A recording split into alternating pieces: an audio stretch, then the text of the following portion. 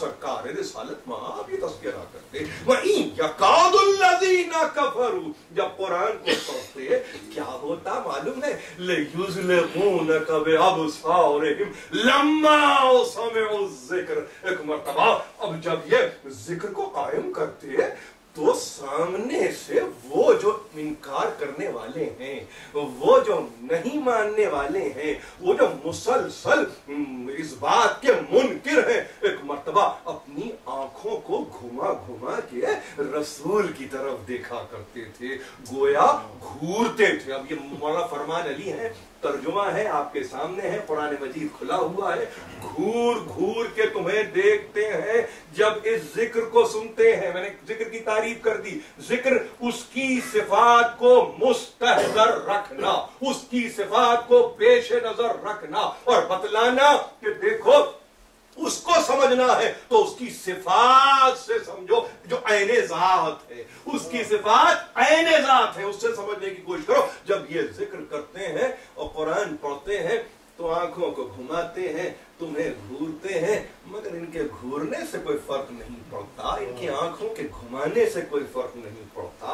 وما ہوا الا ذکر للعالمین اس سے کوئی فرق نہیں پڑتا. یہ تو عالمین کے لیے ہم نے نصیحت بنا کے بھیجا ہے عالمین کے لیے ہم نے ریمائنڈر بھیجا ہے عالمین کے لیے یہ ریممبرنس ہے جو پہنچ رہی ہے اس میں گھبرانے کی ضرورت نہیں ہے. اور پھر یہی نہیں ایک چھوٹا سا فقرہ ہے درمیان میں اور آیت سے قبل وَيَقُولُونَ إِنَّهُ لَمَجْنُونَ کہتے ہیں یہ تو دیوانہ ہے یہ تو دیوانہ ہے یہ تو صریح دیوانگی میں مبتلا ہے یہ تو عالم جنون میں اس طرح کی گفتگو کر رہا ہے.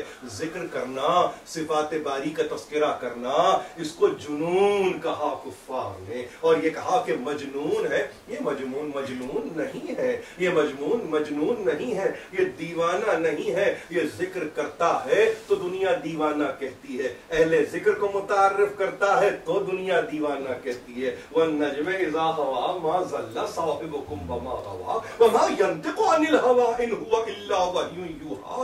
دیکھو تمہارا رفیق تمہارا صاحب تمہارا دوست تمہارا حبیب دیکھو وہ دیوانہ نہیں ہے وہ بہکا ہوا نہیں ہے وہ بھٹکا ہوا نہیں ہے وہ جو بھی کہتا ہے وَمَا يَنطِقُ عَنِ الْهَوَىٰ إِنْ هُوَ إِلَّا وَحْيٌ يُوحَىٰ وہ اپنے ہوا و ہوس کے نتیجے میں کلام کرتا ہی نہیں جو کہتا ہے وہ وہی ہے جو اس کو کہلواتی ہے وہ وہی کی ترجمانی کر رہا ہے وہ وہی کو بیان کر رہا ہے. عبداللہ ابن عباس نے اس آیت کے تعلق سے عجیب بات کی اور یہ کہا کہ جب یہ آیت آئی تو ظاہر ہے کہ ہم سب کھڑے ہوئے تھے بس یہ کہہ رہے تھے آج جب ستارہ ڈوبے اور نیچے کی طرف آئے ڈسینڈ کرے جس کے گھر پر جائے وہی میرا وصی ہے وہی میرا عبدی ہے وہی میرا جانشین ہے وہی میرا نائب ہے وہی میرا سب کچھ ہے. ستارے کو ڈسینڈ ہونا بھی تھا تو اسی کے گھر پہ ہونا تھا جس کا تذکرہ ہم اور آپ کرتے رہتے ہیں. دنیا نے کہا یہ تو جنون ہے یہ تو مجنون ہے یہ تو دیوانہ ہے.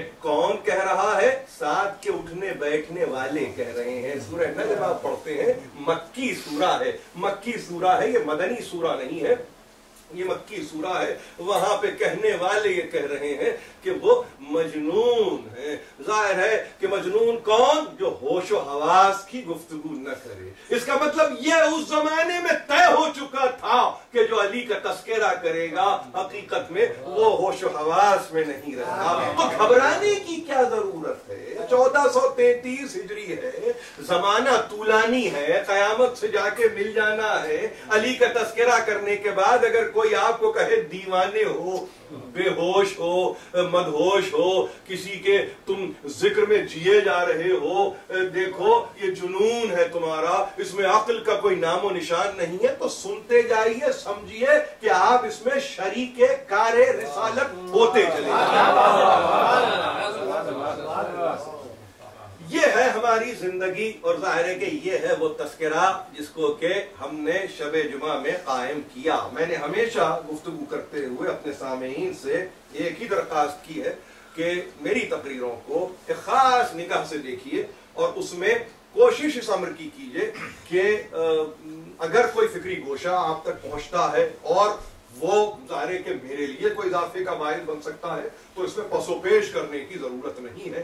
اس میں ظاہر ہے کہ ہم مل کر ہی اس فکری ایک سفر میں آگے بڑھ رہے ہیں، اور ایسے فکری سفر میں کہ جہاں ذکر بھی ہے، فکر بھی ہے، اہل ذکر کا تذکرہ بھی ہے. کل آخری تقریر ہے، ذرا سی طولانی ہوگی، زحمت آپ کو زیادہ ہوگی، مگر نتیجے کی گفتگو ہوگی. زحمت اگر آپ کر لیں، وقت پر آ جائیں، جو وقت معین ہے، تو میں سمجھتا ہوں کہ میرے لیے بڑی آسانی کی بات ہوگی. آج شب جمعہ میں طریقہ تو ظاہر ہے کہ مجالس میں مسائل پڑھے جاتے ہیں، مگر میں خاص طور پر جس طبقہ فکر سے متعلق ہوں اس میں ایک بات کو لازم قرار دیا گیا ہے شب جمعہ کے تعلق سے.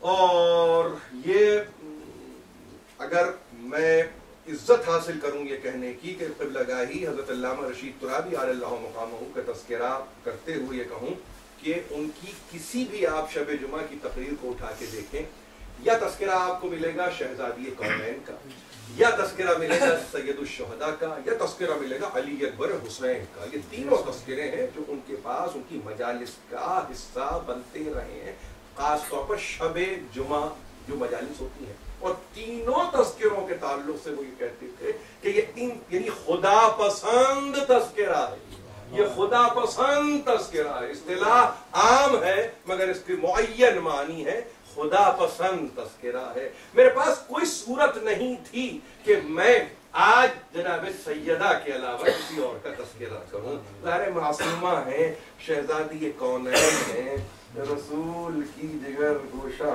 ہیں، ظاہر ہے نور العینین ہیں. یہ میری وہ شہزادی ہے کہ جس کے تعلق سے ہمارے پاس ایک نہیں دو نہیں بلکہ تذکرے میں چونکہ بات آ گئی تو شیخ صدوق نے امالی میں بھی تذکرہ کیا اور عجیب انداز سے تذکرہ کیا ہے.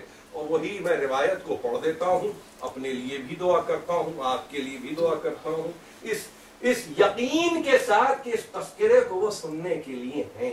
اس یقین کے ساتھ تذکرہ کر رہا ہوں، اس تذکرے کو سننے کے لیے وہ ہیں، موجود ہیں. اور ظاہر ہے کیا کہتی ہیں احبائی تبکونا علی الولد الغریب، خوشحال ہو تمہارا، میرے بچے پہ رونے والے ہو نا، میرے بچے کے ماتم کرنے والے ہو.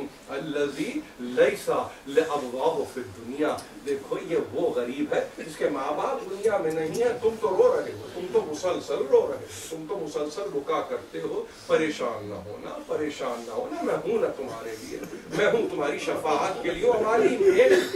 ہمالی میں ابن بابوے نے ایک عجیب حدیث کو، ایک عجیب روایت کو نقل کر دیا ہے اور ایک مرتبہ کہا کہ عرصہ محشر ہوگا، محشر کا دن ہوگا، اور محشر کے دن عالم یہ ہوگا کہ مخلوقات عالم جمع ہوں گی اور ظاہر ہے کہ حساب و کتاب کی منزل ہے. ایسی صورت میں دیکھنے والے یہ دیکھیں گے کہ ایک نورانی ناقہ آ رہا ہے اور اس نورانی ناقے پر ایسا سما ہے جس کے تعلق سے کہا ہے کہ شہزادی سیدۃ النساء العالمین اس ناقے پر سوار ہوگی.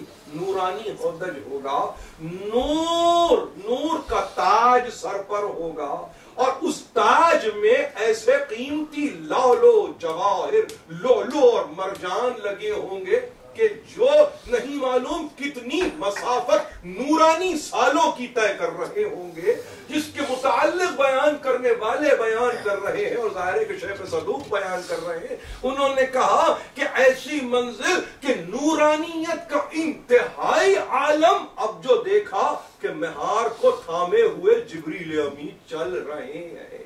ہمارے پاس ایک ایک روایت مستند ہے.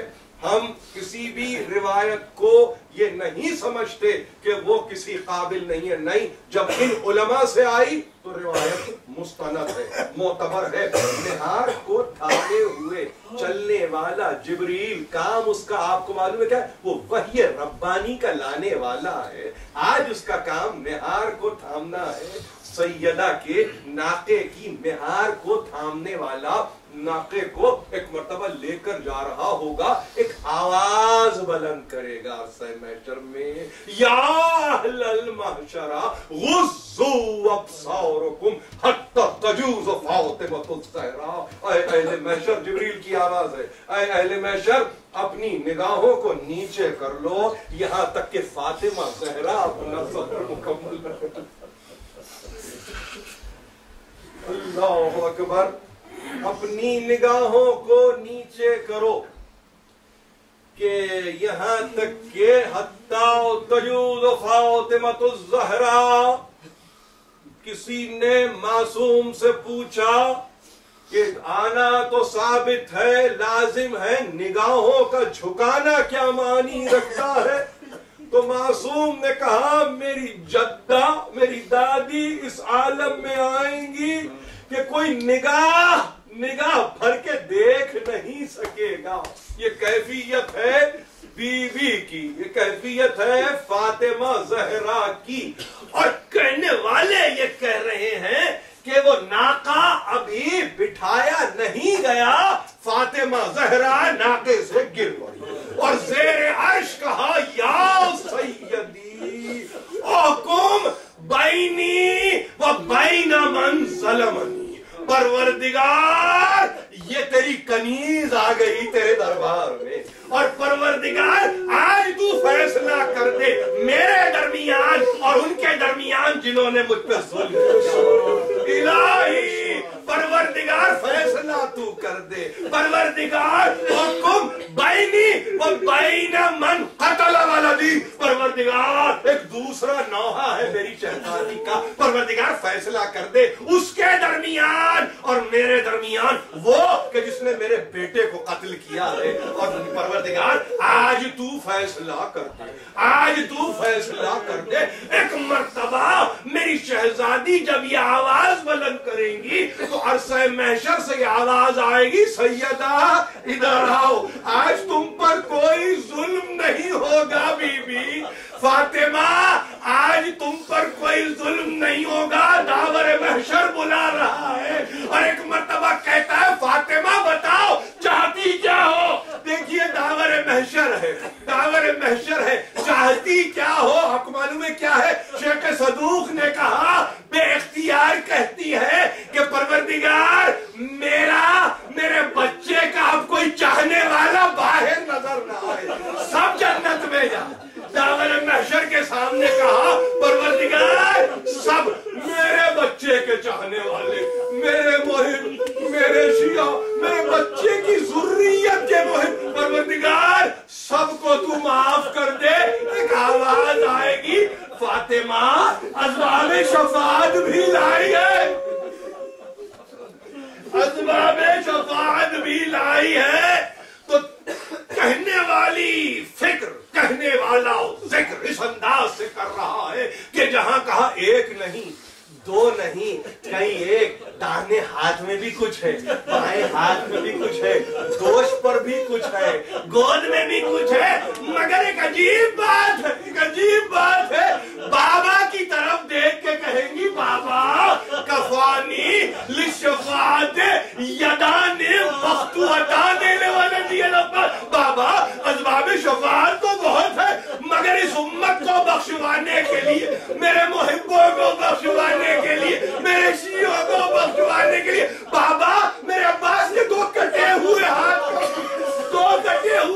کافی ہے۔ شیخ صدوق بیان کرتے ہیں کھڑے رہ کے توقیر کے ساتھ ایک ایک شیعہ کو جنت میں بھجواتی رہیں گی، اس کے بعد بے اختیار کہا ہائے فاطمہ تو یہ توقیر کرے اور کوفے کے بازار میں زینب کھلے کرا جو۔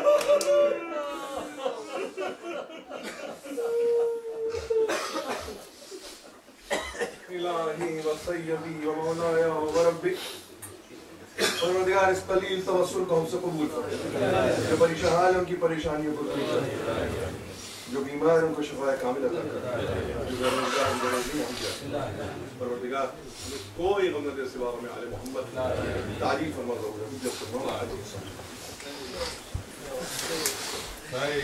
صحیح